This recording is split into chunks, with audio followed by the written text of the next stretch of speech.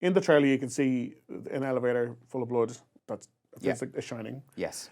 But the car park scene. Have you played The Last of Us Part 2? No, and there's a few references that come up, but I've heard there's something a little akin. But no, I haven't played The Last of Us at all. I'm very excited for this movie to come out and then people to see a particular parallel with this and a moment from The Last of Us Part 2, which, as a fan of that game, was the scariest moment of any video game I think I've ever played. Wow. So I'll have to check it out now. yeah, so when it happens in this movie, I was feeling like secondhand contact terror because I was like, my brain was remembering how that happened in the first context. Yeah. And it somehow made it scarier for me in the context of this. But for the climax, it's something I haven't seen in a horror movie before. I've seen it kind of, how it's alluded to is in a drawing. And I think I've seen allusions to that drawing before, but I've never seen it attempted really to be done Brought to life. practically. Yeah. Was that an absolute nightmare to do? It was really, really hard. It was without doubt the hardest part of the movie because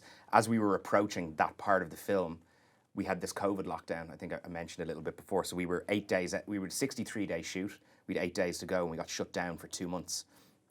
When we returned, protocols had changed and we had to do the most interactive, intermingled, for want of a better description, part of the shoot. So we had to change tact a little bit in how we did it. But that was really, really time consuming, really hard to prep. Because of the COVID situation, our team who had designed the monster, let's call it that for now, were unable to travel from Australia to New Zealand. So they were only able to send us the parts and the kit and all the stuff we prepped for months and months. And then we had to find local crew to come in and understand what it was we were trying to do.